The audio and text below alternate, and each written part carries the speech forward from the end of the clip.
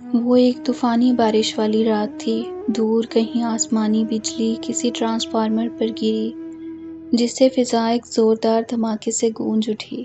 رومیسا کو لگا جیسے کہیں بلاسٹ ہوا ہو۔ پورا فارم ہاؤس یکلخت تاریکیوں میں ڈوب گیا۔ چوکیدار نے جنریٹر چلا دیا تھا، لیکن یہ روشنیاں بھی چند ہی منٹوں کی مہمان تھی۔ جنریٹر کچھ منٹ چلا اور پھر ایک دم بند ہو گیا۔ اب باہر صرف برستے ساون کا راج تھا۔ طوفانی بارش کے ساتھ چلنے والی موج اور ہواؤں نے اس رات کو بہت خوفناک بنا رکھا تھا۔ درختوں کی ٹہنیاں زمین پر ڈولتے ہوئے عجیب و غریب نقش و نگار بنا رہی تھیں۔ کمروں کی کھڑکیوں کے پٹ اتنی زور سے بجتے تھے کہ رومیسا کا دل اچھل کر حلق سے آن ٹکراتا۔ وہ کسی اپاہج کی طرح ڈولتی ہوئی کمرے کی کھڑکیوں کے پاس آئی۔ تاریک رات میں اسے سامنے لان میں ایک پراسرار سا ہیولا سا نظر آیا۔ خوف اور دہشت کی سرد لہریں اس کے وجود میں دوڑنے لگیں۔ اسے لگا جیسے وہ ہیولا اس کی کھڑکی کی طرف دوڑ رہا ہو۔ دہشت سے رومیسا کو اپنے سارے بدن کا لہو منجمد ہوتا محسوس ہوا۔ اس نے جلدی سے کھڑکیوں کے پٹ بند کر کے اس پر چٹخنی چڑھا دی۔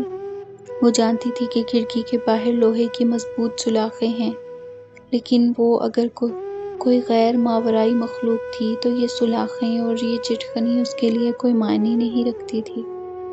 رومیسا کو اپنی کھڑکی پر ہلکی سی ٹھک ٹھک محسوس ہوئی، جیسے کوئی لکڑی کے تختے کو اکھاڑنے کی کوشش کر رہا ہو۔ رومیسا کے رونگٹے کھڑے ہو گئے۔ اس نے پوری شدت سے دعا کی تھی کہ وہ شخص کہیں سے آ جائے، اور شاید یہ قبولیت کا ہی وقت تھا۔ اسے بارش میں کسی گاڑی کے انجن کی آواز آئی، اور ساتھ ہی کوئی تیز تیز بھاگتا ہوا فارم ہاؤس کی رہائشی پورشن کی طرف آیا۔ رومیسا خوف زدہ انداز میں واش روم کے دروازے کے پردے کے پیچھے جا کر کھڑی ہو گئی۔ ہر طرف تاریکی کا راج تھا۔ اس کی قمیض پسینے سے بھیگ چکی تھی اور سانسیں بالکل غیر ہموار تھیں۔ اسے کسی کے قدموں کی چاپ اپنے کمرے کے باہر محسوس ہوئی۔ ہلکی سی کلک کی آواز آئی اور دروازہ کھل گیا۔ رومیسا کے دل کی دھڑکنیں بے ترتیب ہوئیں۔ اسے لگا جیسے وہی ہیولا اس کے سر پر آن پہنچا ہو۔ آج شاید یقینی موت کا دن تھا۔ اسے اپنی کن پٹیاں سلگتی ہوئی محسوس ہوئیں۔ کمرے کا دروازہ کھلا اور ایک روشنی کی لکیر اندر داخل ہوئی۔ وہ بغیر پلکیں جھپکائے پردے کے پیچھے زمین پر پڑتی روشنی کی لکیر کو دیکھ رہی تھی۔ اسے اپنی ٹانگیں بے جان ہوتی ہوئی محسوس ہوئیں، جبکہ سانسیں حلق میں اٹک گئیں۔ بے بسی کے گہرے احساس کے زیر اثر اس کی آنکھوں سے آنسو تیزی سے پھسلنے لگے۔ رومیسا، یہ آواز سنتے ہی زندگی اس میں سرسرانے لگی۔ وہ واقعی آ چکا تھا اور اب پریشانی سے اسے ڈھونڈ رہا تھا، لیکن رومیسا کے اندر ابھی بھی ہمت نہیں تھی کہ وہ پردہ ہٹا کر اس کے سامنے آ جاتی۔ سیل فون کی ٹارچ کی روشنی اب اس پردے کے اوپر آ کر ٹھہر گئی، جو اس وقت اس کی جائے پناہ بنا ہوا تھا۔ اس نے آہستگی سے پردہ ہٹایا اور ٹارچ کی روشنی میں وہ اس کا خوف سے کانپتا ہوا وجود دیکھا۔ اس شخص کا دل تعصب اور ہمدردی کے گہرے احساس سے بھر گیا۔ اسے پہلی دفعہ اپنی زیادتی کا شدت سے احساس ہوا۔ وہ آنکھیں بند کیے خوفزدہ انداز میں شاید زیر لب کوئی صورت پڑھ رہی تھی۔ رومیسا اپنے بہت قریب اس کی آواز سن کر رومی کا تنفس تیز ہو گیا۔ بہت سے آنسو ایک ساتھ پلکوں کی منڈیر پر آ کر رک گئے۔ "I'm sorry." اس نے اپنے دونوں ہاتھ اس کے شانوں پر رکھ دیے۔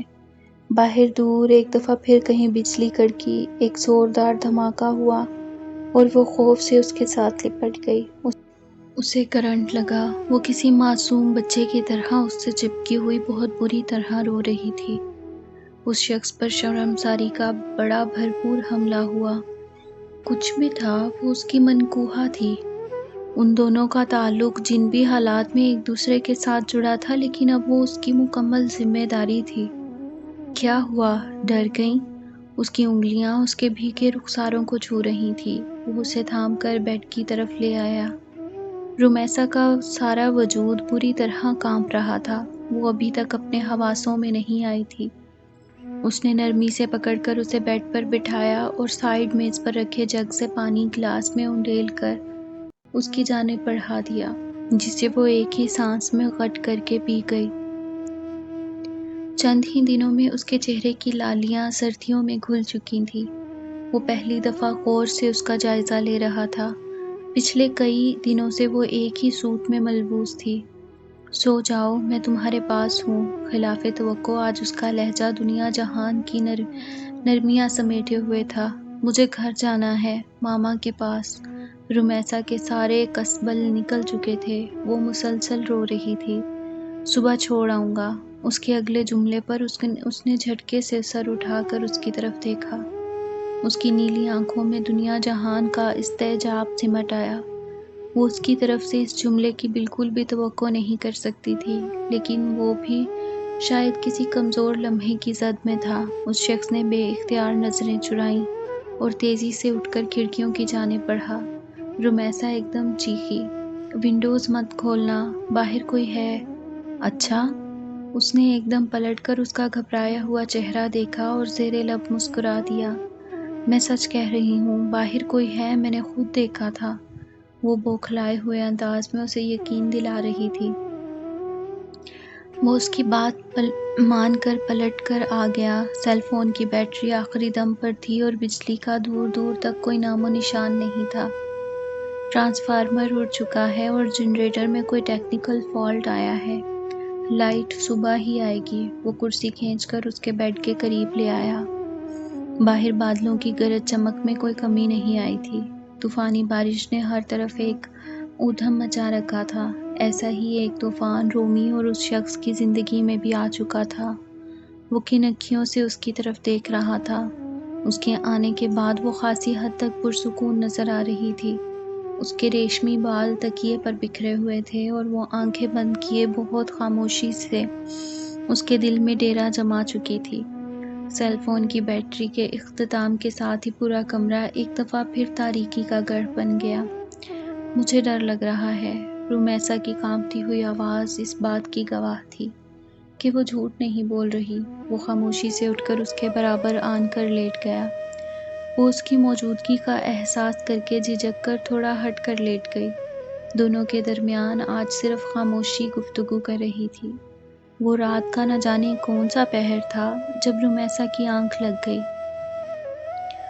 بارش کا سلسلہ وقفے وقفے سے جاری تھا۔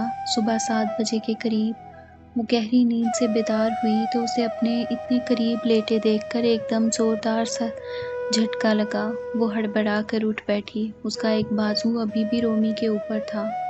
اس نے بوکھلا کر اسے پیچھے کیا اور جلدی سے اٹھ کر کرسی پر بیٹھ گئی۔ وہ شاید کافی دنوں کا تھکا ہوا تھا، اس لیے خاصی بے خبری کی نیند سو رہا تھا۔ رمیسا نے پہلی دفعہ اس کے چہرے کے نقوش کو غور سے دیکھا۔ اس شخص کے چہرے پر سب سے نمایاں اس کی مغرور قسم کی ناک تھی۔